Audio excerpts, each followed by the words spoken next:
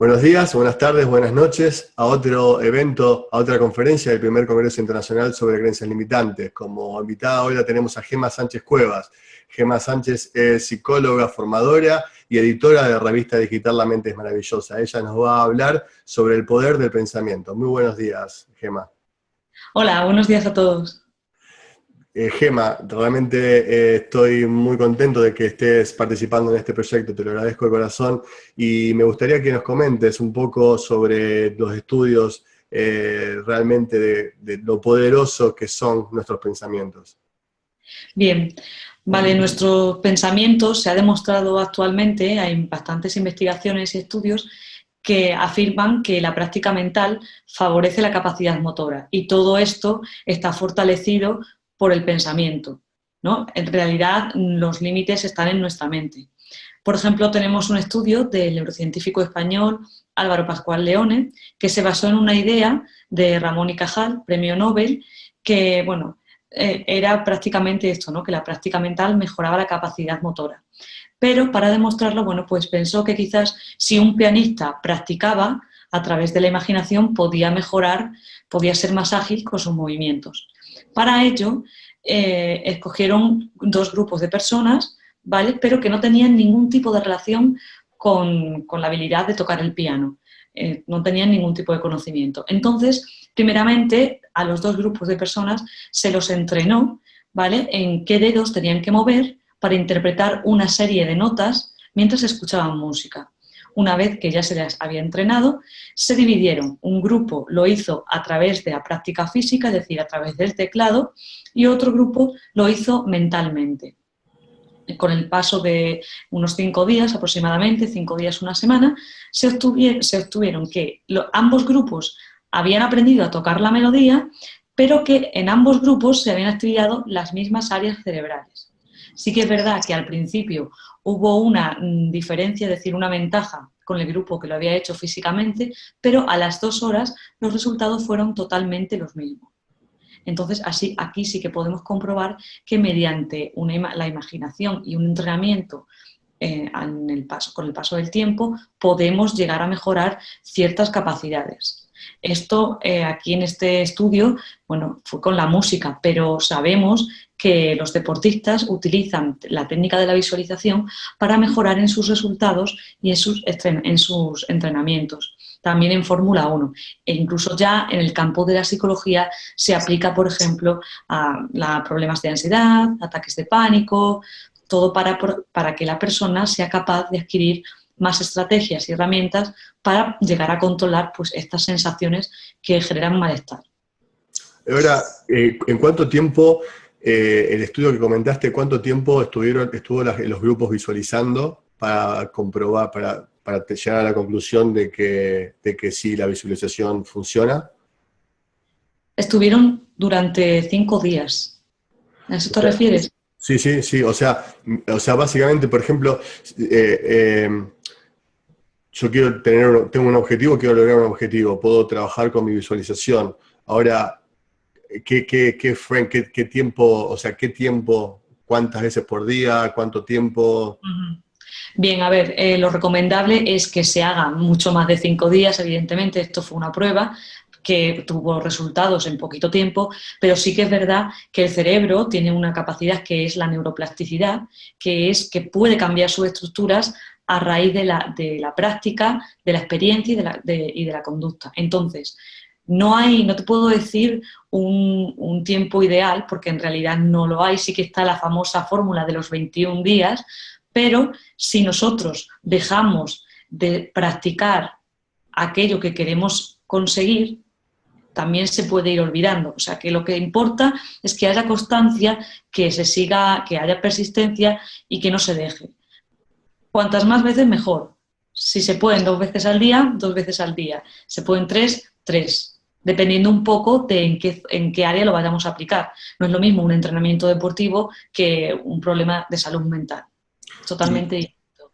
y ahora, ¿hay alguna técnica? ¿Conoces alguna técnica para visualizar?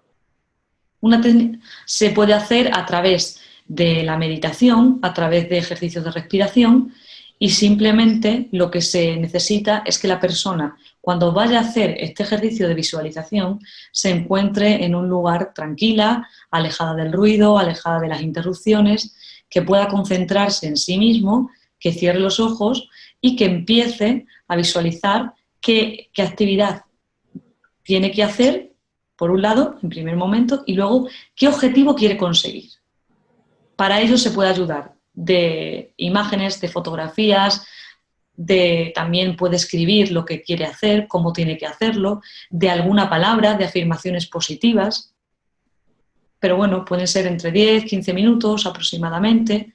Lo que sí es muy conveniente es saber reorientar nuestros pensamientos, porque es muy fácil decir que voy a hacer una visualización de aquello que quiero conseguir, pero también hay que saber detener al pensamiento si nos lleva por el lado de una visualización negativa. Entonces, por eso se necesita mucha práctica.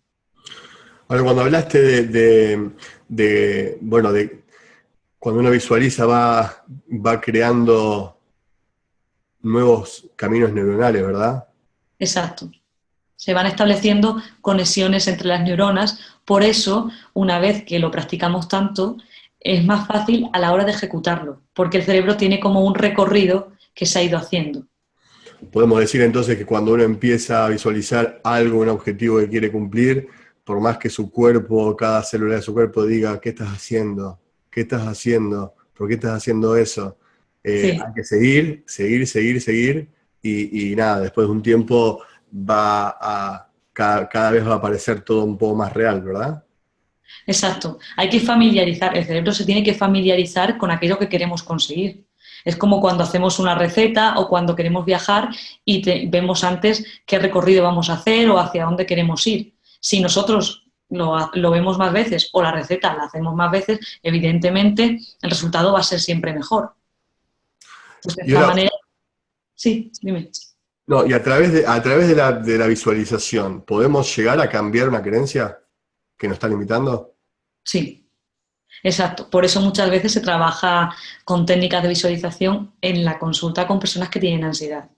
Normalmente un problema de ansiedad es que tienes pensamientos que son erróneos, que te dificultan tu día a día, ¿no? Siempre están dirigidos hacia el futuro, crees que va a ocurrir algo que normalmente no tiene la posibilidad o el porcentaje de que vaya a ocurrir, igual que en un ataque de pánico. Y a través de la visualización, de técnicas de visualización, de concentrar a la persona en un lugar, por ejemplo, que para él le provoque bienestar, a través de la relajación y de ejercicios de respiración, poco a poco se puede ir cambiando esa creencia. Mm.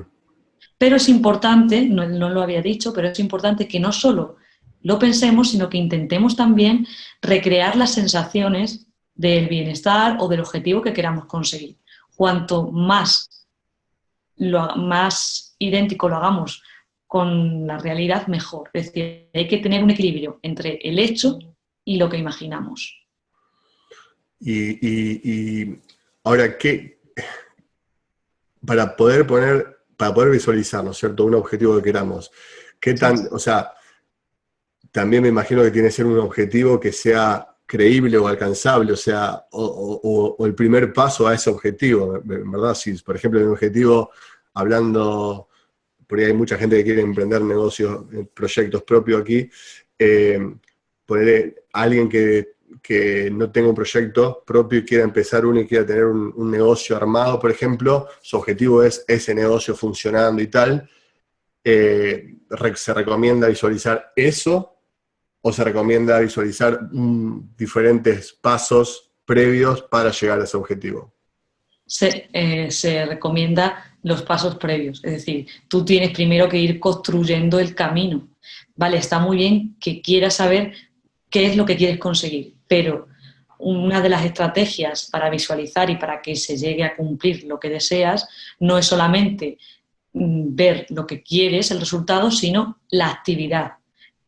¿Qué objetivos vas a ir haciendo hasta llegar a esa meta? Uh-huh. Ok.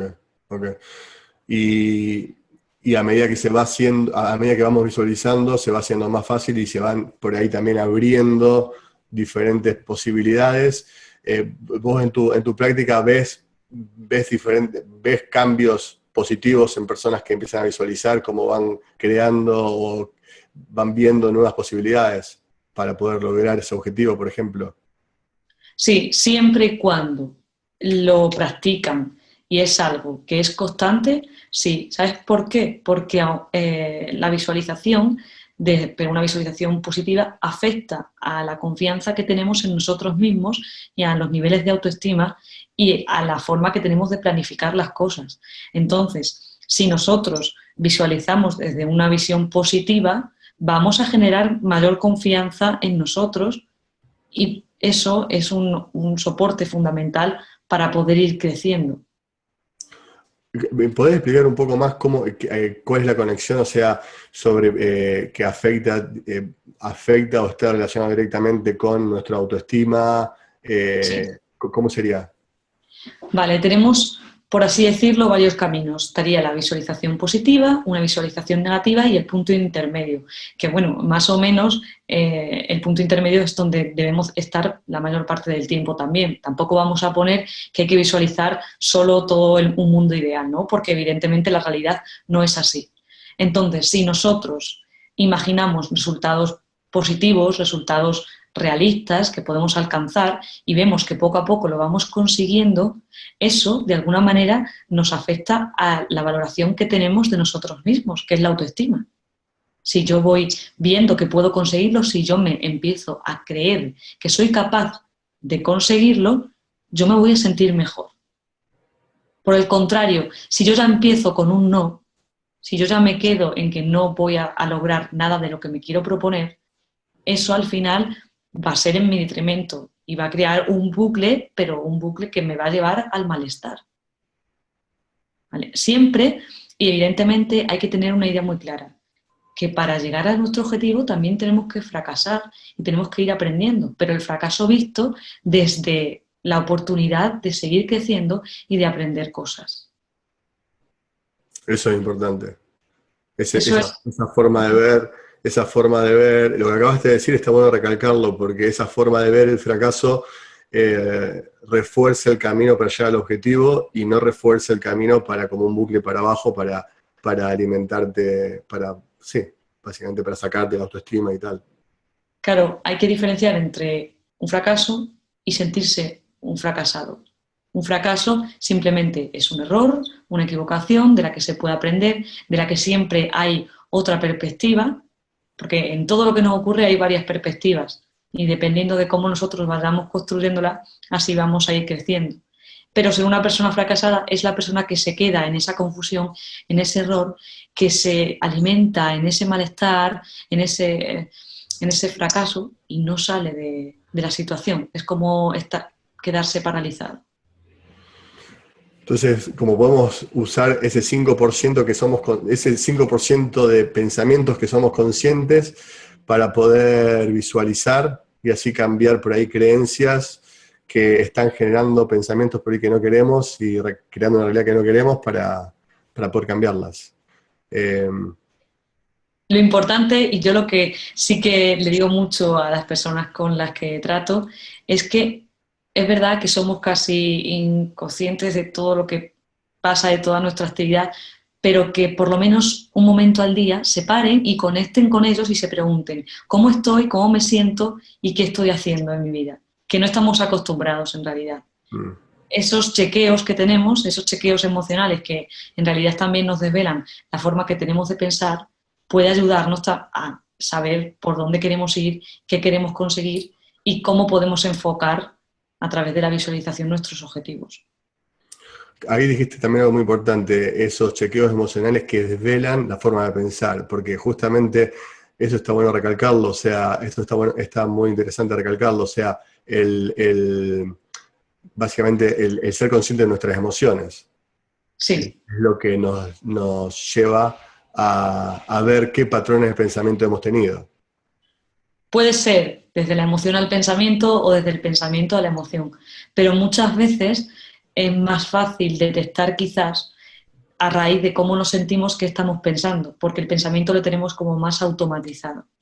Pero hay que detenerse, hay que mirarse, hay que volcar los ojos para adentro y saber cómo nos sentimos. Porque al final la vida que tenemos es muy estresante, es de un lado para otro, casi no nos queda tiempo. Pero sí que hay que buscarlo para poder ir cultivando ese bienestar y ese equilibrio emocional que todos necesitamos. Mm, ok. Eh, Interesante, interesante y es muy... Me interesa mucho dejar este mensaje del poder que tiene el pensamiento, del poder de creación que tiene el pensamiento. Eh, y ahora tengo una pregunta Sí. o sea, porque, ¿qué pasa? Todos estos pensamientos que vamos teniendo están originados por una creencia por ahí que ni sabemos que la tenemos. Sí. ¿Cómo podemos llegar a esa creencia a través del pensamiento o de la visualización? A través de la visualización puede ser un poco más complicado porque visualizar implica casi siempre algo relacionado con el futuro, ¿no? Pero para detectar estos núcleos, estas creencias que son núcleos internos, es bastante complicado, pero siempre nos sirve mucho, en vez de preguntarnos por qué, ¿para qué? O sea, los pensamientos que tenemos en nuestro día a día, en vez de decir por qué soy así o por qué pienso de esta forma, ¿para qué me sirve esto? Esto nos va a ir llevando en una cadena de pensamientos a fin de detectar qué necesidad tenemos que estamos expresando a través de ellos. Y en esa necesidad puede ser quizás la creencia de que somos inseguros, de que sentimos que tenemos que estar con los demás, o creencias que han sido instaladas en nuestra mente casi siempre desde nuestra infancia. Es muy importante los mensajes que hemos recibido de nuestra infancia y cómo hemos aprendido a gestionarlos, cada uno a su manera. Y tampoco podemos responsabilizar a nuestros padres de esas creencias porque ellos de alguna forma lo hicieron lo mejor que pudieron, ya sea para bien o para mal. Pero sí que tenemos que empezar a gestionarlos desde la responsabilidad. Y tenemos que ir poco a poco cuestionándonos nuestros pensamientos, para qué nos están sirviendo, qué están tapando. Poco a poco podremos ir descubriendo esas creencias, esos núcleos de creencias. El poder del pensamiento con Gema Sánchez Juega. Muchas gracias, Gema. Tiene también una charla que va a estar, ahora cuando terminamos vamos a poder verla. Te agradezco mucho. ¿Algo más que quieras agregar, Gema?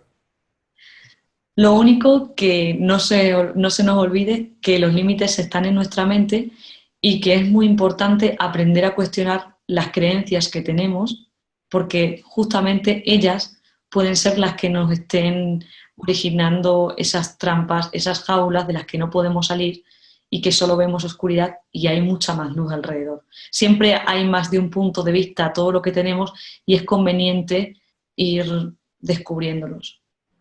Muchísimas gracias, Gema. Gracias, es un placer. Conocer nuestra mente es un viaje emocionante. En ella se ubica nuestra existencia. Es en la mente donde se encuentra la capacidad para ser felices, de ser más creativos, de persistir, de cultivar la paciencia. También en la mente encontramos los conceptos que tenemos de la vida y de nuestras relaciones.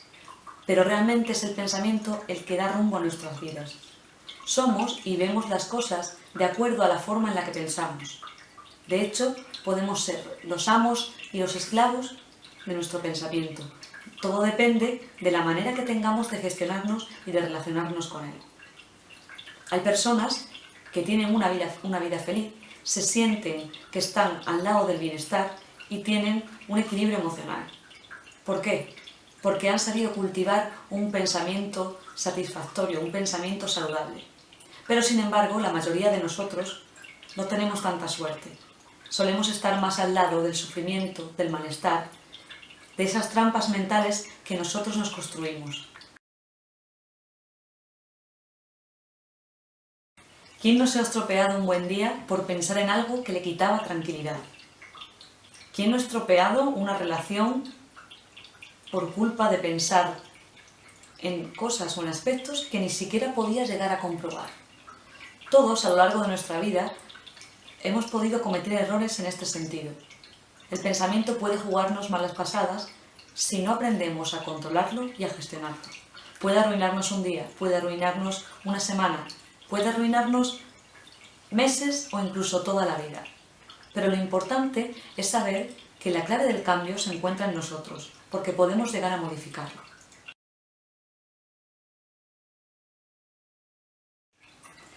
Ahora que sabemos que la clave del cambio se encuentra en nuestro interior, que nosotros podemos moldear nuestra mente, es importante conocer cómo funciona para poder poner en marcha todas esas estrategias y herramientas que puedan ayudarnos a alcanzar el bienestar y a conseguir todo aquello que nos propongamos.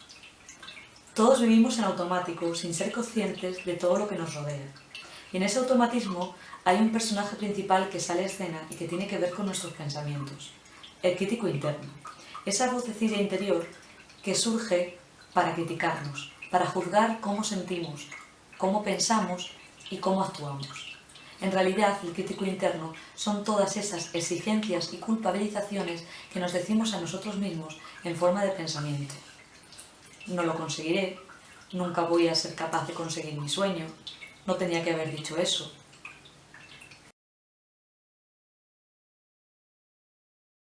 ¿Pero de dónde procede? Quizás, si descubrimos su origen, nos sea más fácil gestionar. El crítico interno proviene de experiencias de la infancia relacionadas con la educación o con vivencias dolorosas. Su misión era avisarnos de que no estábamos haciendo las cosas bien. Para él, la única manera de hacer las cosas era lo correcto, sin saber que había otras formas, otros puntos de vista. En realidad, son críticas que hemos interiorizado como patrones habituales de pensamiento. En el fondo, su intención no es mala, solo busca protegernos, pero desde la rigidez. Le falta flexibilidad y entrenamiento en la forma que tiene para comunicarse con nosotros. Por ello, hay que aprender a ponerle límites, cuestionarlos desde la empatía y el respeto. Además del crítico interno, nuestra mente se vale de otras trampas mentales, como son las distorsiones cognitivas, interpretaciones erróneas de la realidad que generan una visión disfuncional del mundo que nos rodea y que repercute a través de los pensamientos automáticos en las emociones y en nuestros comportamientos.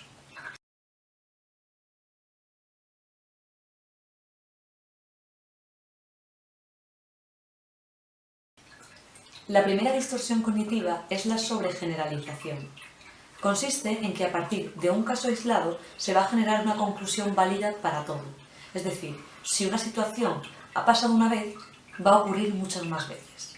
Por ejemplo, Juan no me llama y pienso que la gente no se acuerda nunca de mí. O a Juan le ha dejado Sonia y piensa que nunca va a poder estar con otras personas.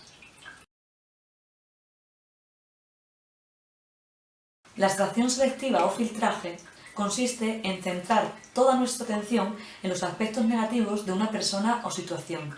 De esta manera, echamos fuera de nuestro foco de atención el resto de detalles, ya sean positivos o invariantes. Como por ejemplo, yo hago una celebración y he hecho una tarta.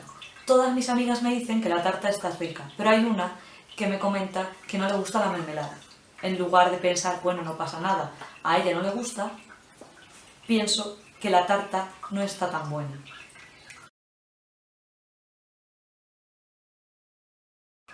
La personalización es creer que todo lo que pasa a nuestro alrededor tiene que ver con nosotros. Es hacerse responsable 100% de los hechos que suceden, incluso cuando no tengamos nada que ver. Por ejemplo, Ana tiene un hijo, ha suspendido un examen y ella piensa que el fracaso es suyo. Ella tiene la culpa de que su hijo haya suspendido y por lo tanto es una mala madre. Otro ejemplo es que estamos en el trabajo, viene nuestra compañera Lucía, miramos su cara, tiene mal aspecto y pensamos que está enfadada con nosotros.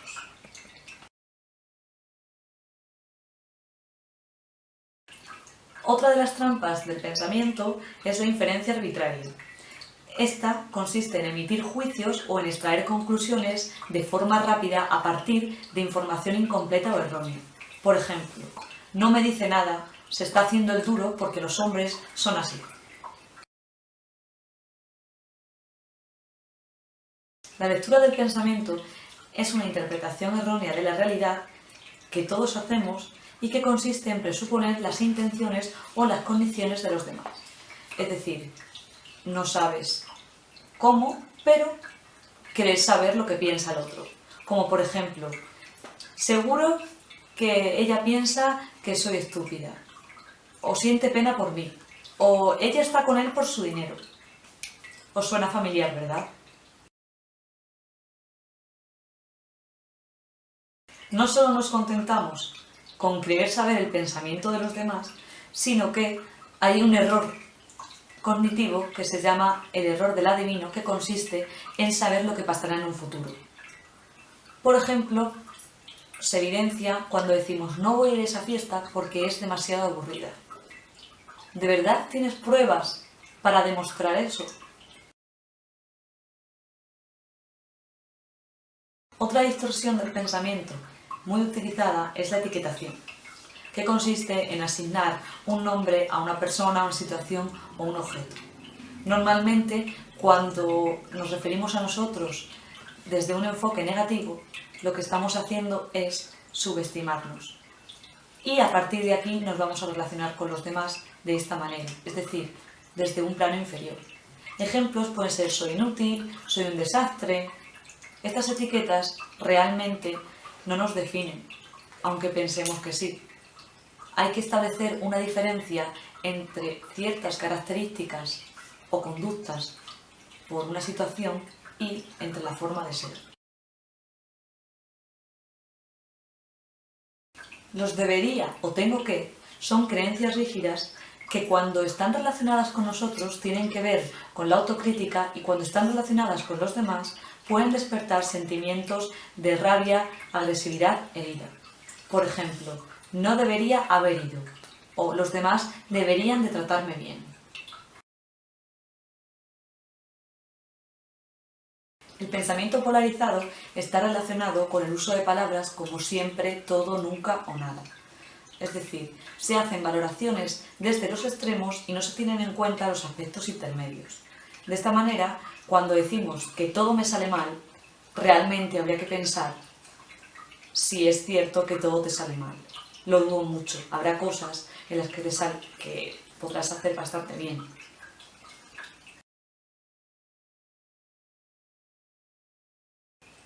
Por último, tenemos el sesgo confirmatorio. Este quiere decir que es una tendencia que solemos tener a confirmar las creencias que teníamos anteriormente. Es decir, me he equivocado, pero ya lo sabía, si ya sabía que me iba a equivocar. Como podemos ver, ya sea a través de la forma en la que nos hablamos o de cómo interpretamos la realidad, nuestras creencias pueden llegar a esclavizarnos. Pensamos, sentimos y actuamos de acuerdo a su mandato, acercándonos de esta manera al bienestar o bien alejándolo. Si tenemos claro que una forma de pensar genera un resultado y este no es bueno para nosotros, ¿dónde está el error? ¿En la forma de pensar o en el resultado? Parece evidente, ¿verdad? En el resultado. Por lo tanto, si tenemos una vida en la que no nos encontramos bien, nos sentimos mal, creemos que hemos tenido mala suerte y que todo hubiera sido mejor si las cosas hubieran ocurrido de otra manera, tenemos un claro y contundente resultado negativo, que procede de una forma de pensar equivocada. Hay dos caminos para poder modificar nuestras creencias. El primero es una demostración irrefutable de que nos hemos equivocado y el segundo, una predisposición a revisar las creencias que sostenemos. Si no ponemos en tela de juicio lo que nosotros pensamos, nadie lo hará. Si nosotros no luchamos por nuestro bienestar, el conflicto va a seguir existiendo. Por lo que no esperemos que los demás cambien ni que las situaciones lo hagan. Nosotros tenemos la clave para cambiar y solucionar lo que nos pasa. Podemos generar ese cambio en nuestras creencias para acercarnos a ese bienestar y tener un equilibrio emocional. Para ello, el mejor antídoto es la duda. Tenemos que comenzar por cuestionar nuestra forma de pensar. Podemos elegir un pensamiento y empezar a trabajar con él para modificarlo. Lo importante es llegar a encontrar un abordaje diferente, una forma diferente de enfocar la realidad y de construirla. Así, poco a poco, nuestras creencias se irán derrumbando, porque no hay creencia que pueda sostenerse si le quitamos el poder que tiene. Parece mentira que para cambiar tengamos que luchar contra algo que nosotros hemos creado. Aferrarnos a una creencia es una fuerte apuesta, que si nos sale bien y crecemos con ella, habremos ganado, pero que de lo contrario las consecuencias pueden ser bastante graves. Somos lo que creemos que somos. El verdadero poder se encuentra en nuestra creencia de modificar y anular todos los condicionantes e inconvenientes que nos impiden lograr lo que nosotros queremos.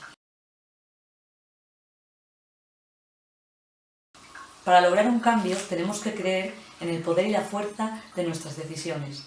No olvidemos que la mente es muy poderosa, pero si mantenemos firme la convicción de que podemos gobernarla, nos volveremos más poderosos que ella y no habrá nada ni nadie que nos impida convertirnos en los dueños de nuestros pensamientos.